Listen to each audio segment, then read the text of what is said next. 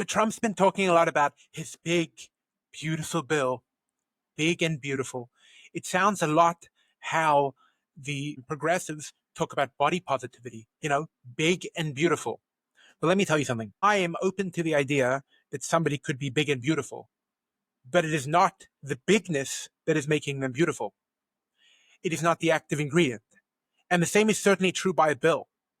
There can be no bill that is both big and beautiful, because a big bill just means a bloated one full of corruption. There is no such thing as a big, beautiful bill. Let's get into the show.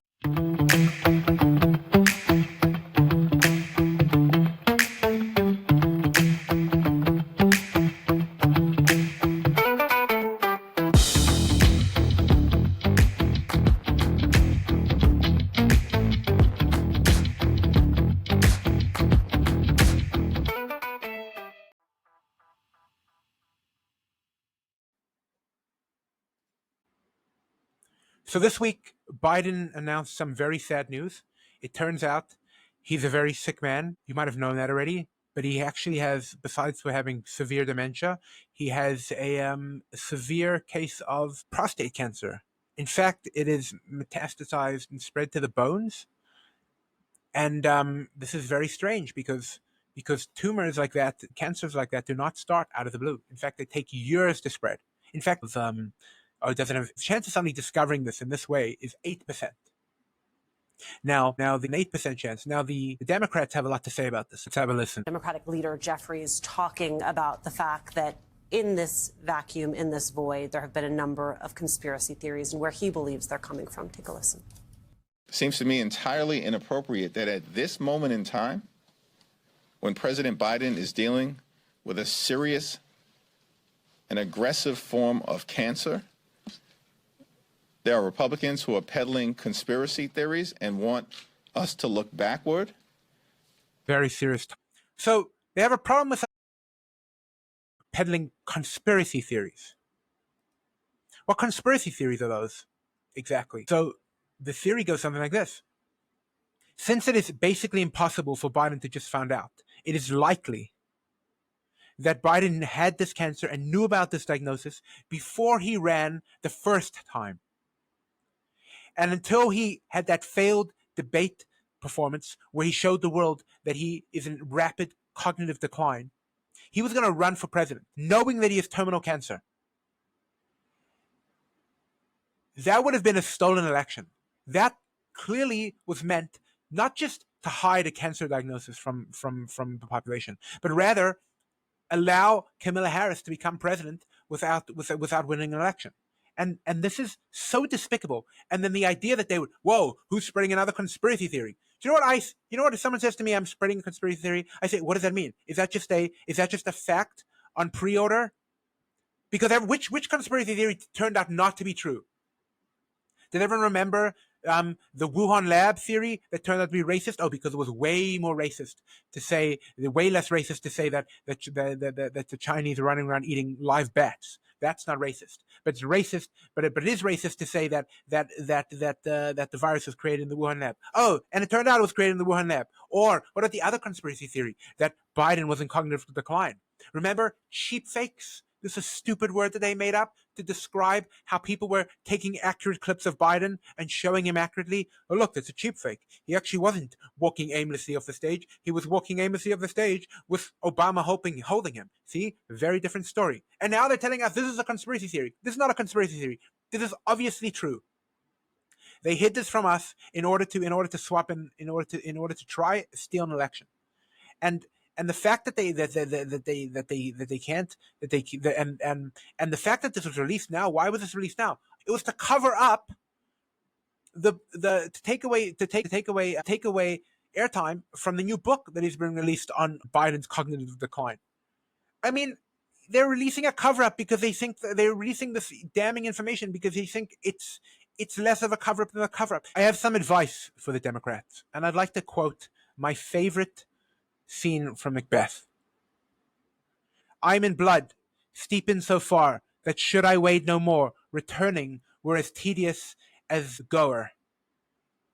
Meaning, Macbeth is struggling because he's done such evil that it would be as hard to go back as with to go forward. And that's where the Democrats are. They've put themselves into such a hole that they can't get out of it without coming clean and without exposing themselves. But it's time to come clean, because this lie just will never end, and it's gonna destroy you. Until then, Democrats, please tell us which theories of ours are called conspiracy theories, so we know which ones are true. So Marco Rubio was on the Hill this week.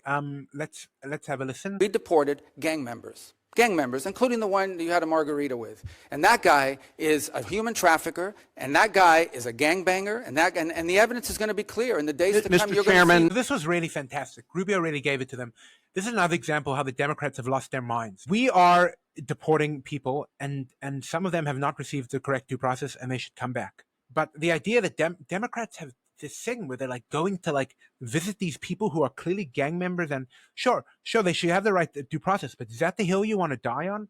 Good grief. Trump was elected to get illegals out of the country. Due process means that you can discover whether the person is a citizen or not. I strongly believe in habeas corpus. If someone came here illegally, the hill you want to die on is to go visit them because they were removed. Good grief, Democrats, come on, guys, and you're just throwing them softballs. Do you not see that you're out of touch with the American people? It's quite remarkable, quite remarkable. And Rubio is doing a great job. I was not bullish on Rubio's presidency, and I wasn't on his foreign policy either. He seemed like just a classic Washington neocon liberal. But I changed my mind. If Rubio was running today, I'd vote for him. He's fantastic. He presents well. He communicates well. He doesn't have that edge that Trump has. He's professional, and he's doing great. And so I'm glad that he's the Secretary of State, and I'm glad we're finally taking a tough stance on some of this ridiculousness that's going on. So Glenn Greenwald recorded on Israel this week, a recording on Israel allowing the aid to come into Gaza. And what he said was really quite despicable and quite shameful, and shows that he is, although is a great journalist, has no moral compass. And let's have a listen to discuss.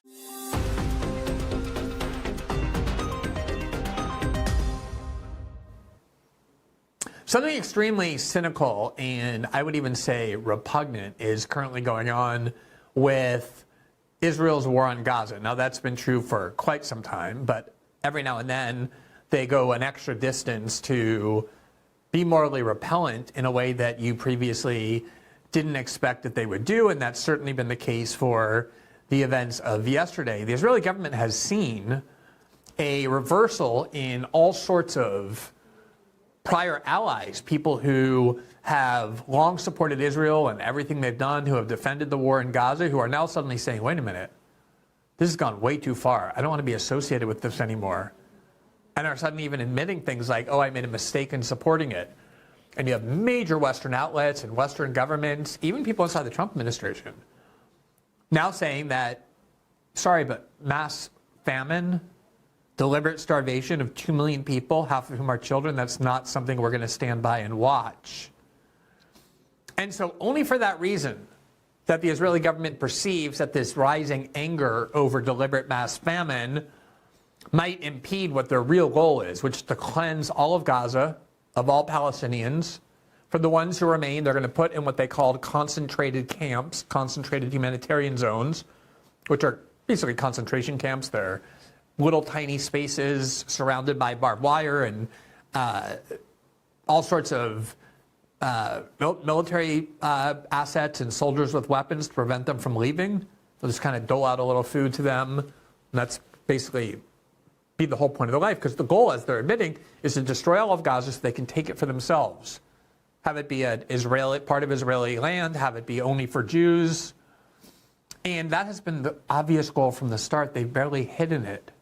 And yet so many people have fallen for this obvious deceit that we see in so many wars where you're given a pretext that has nothing to do with the actual goal, that, oh, the purpose of the war. All right, that's quite enough.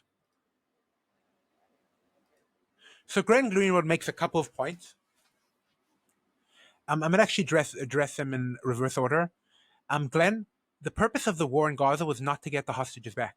That's certainly a goal of the war. But the purpose of the war in Gaza was that after October 7th, Israel saw correctly that they can no longer live with a snake on their doorsteps. And let's be clear, what we saw on October 7th. These were not Hamas people coming in there. These were Palestinians. The Palestinians are the enemy of the state of Israel. Their identity is to destroy Israel. Glenn Greenwald talks about they've put them in concentration camps. He wants to elicit feelings of the Holocaust. But let's compare the situation in Gaza to the situation in Nazi Germany, shall we? Right. Let's start from the beginning. How many people in Berlin did Jews massacre before the Holocaust? How many suicide bombs did they explode? How many buildings did they destroy? How many children did they massacre? How many people did they rape? How many lives have they destroyed, including the Palestinians themselves? This is not a religion of peace. This is a religion of destruction, a religion of conquering. They do not want to have a solution with Israel. They do not want peace with Israel. If you ask them, they'll tell you. They want to destroy Israel. And it is not immoral to destroy the people that want to destroy you.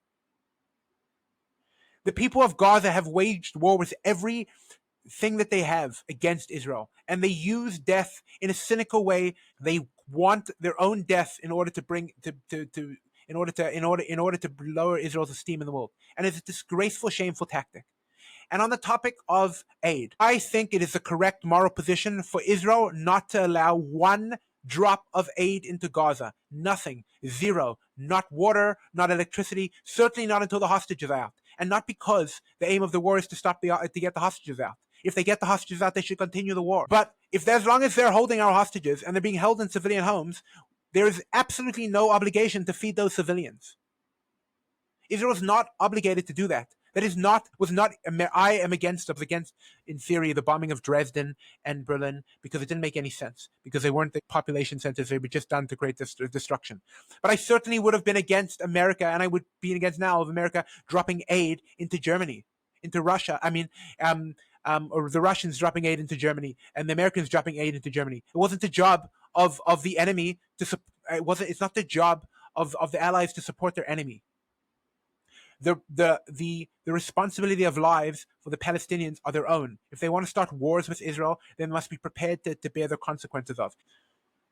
Glenn Greenwald, on this point, it is not that you are a liar, it's that you have absolutely no moral compass. You talk about proportionality, you talk about all the people that have died in Gaza.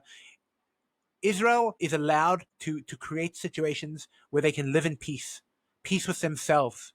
And they're not obligated to have this snake on their border constantly attacking them, constantly shooting rockets at them. Israel would have been justified to have this campaign that they're doing right now in Gaza just because of the rockets. If somebody would shoot a rocket from Mexico right now, America would blow that to smithereens. This is ridiculous, just nonsense. And this whole proportionality is nonsense. We as Jews should hold our head up high and say Israel is doing a great thing, and not because they bring aid to Gaza, which they have, and not because they keep the electricity on because they have, because Israel is defending the sovereignty and the lives of their own people, and that is the obligation of the state. And we are not there to protect the lives of Palestinians. If Palestinians still want to stop behaving like murderers and terrorists, then they will live longer. Two Jews were murdered this week in Washington, D.C. And I saw a lot of clips that went something like this. It's so ironic because one of the people was involved in outreach and peace. It's a wonderful thing that she's involved in outreach and peace. But it doesn't make it ironic. It is not different. It is not like, well, you see, you killed an ally. No, it's bad. It's evil because the Palestinian cause is evil. And that's why it results in all this death.